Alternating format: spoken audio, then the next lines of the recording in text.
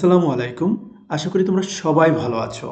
তোমরা যারা ষষ্ঠ থেকে নবম শ্রেণীতে পড়ছো, তোমাদের বার্ষিক পরীক্ষার সিলেবাস কতটুকু? অনেকে আমার কাছে জানতে চেয়েছো, বিষয়টি আমি তোমাদের সাথে শেয়ার করছি। বার্ষিক পরীক্ষার জন্য এখানে ষষ্ঠ, সপ্তম, অষ্টম এবং নবম অর্থাৎ প্রত্যেকটা ক্লাসের সিলেবাস আমি এখানে আলোচনা করেছি। তোমরা স্ক্রিনশট দিয়ে নিতে পারো।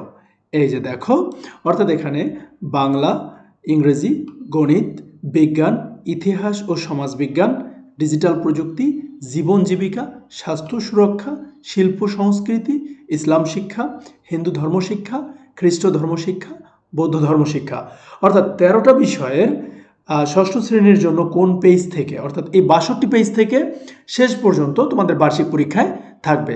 অর্থাৎ ইংরেজিতে, গণিতে অর্থাৎ প্রত্যেকটা সাবজেক্টে আমি উল্লেখ করেছি। সপ্তম শ্রেণীতে তোমরা যারা পড়ছো, তোমাদের বাংলায় ৭২ পৃষ্ঠা থেকে শুরু, ইংরেজিতে ৬৭ পৃষ্ঠার থেকে শুরু, তারপর হচ্ছে গণিতে ১২৫ পৃষ্ঠা থেকে শুরু। অর্থাৎ এই যে সপ্তম শ্রেণীটা আমি আলোচনা করেছি, এখানে অষ্টম শ্রেণীটা আমি আলোচনা করেছি এবং সর্বশেষ নবম শ্রেণীটা আলোচনা করেছি। অর্থাৎ তোমাদের বার্ষিক পরীক্ষার সিলেবাস এই এতটুকু। অর্থাৎ এই যে সিলেবাসটুকু আছে এর মধ্যে তোমরা প্রিপারেশন নিবে এবং তোমাদের বার্ষিক পরীক্ষার কিন্তু প্রশ্নপত্র আর ফাঁস হবে না। এখন কিন্তু তোমাদের প্রশ্নপত্র তোমাদের স্ব স্কুল থেকে করবে এবং আগে যেভাবে প্রশ্নপত্র পরীক্ষা দিয়ে ক্লাসে ফার্স্ট, সেকেন্ড, থার্ড অর্থাৎ তোমাদের যে একটা মার্কিং সিস্টেম ছিল সেটা কিন্তু আবার অ্যাগেইন চলে আসলো।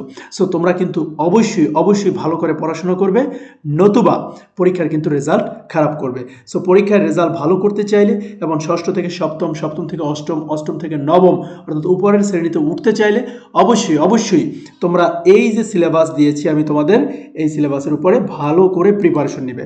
এই আশাবাদ আমি ব্যক্ত রাখছি। সবাই ভালো থাকবে, সুস্থ থাকবে। আল্লাহ হাফেজ।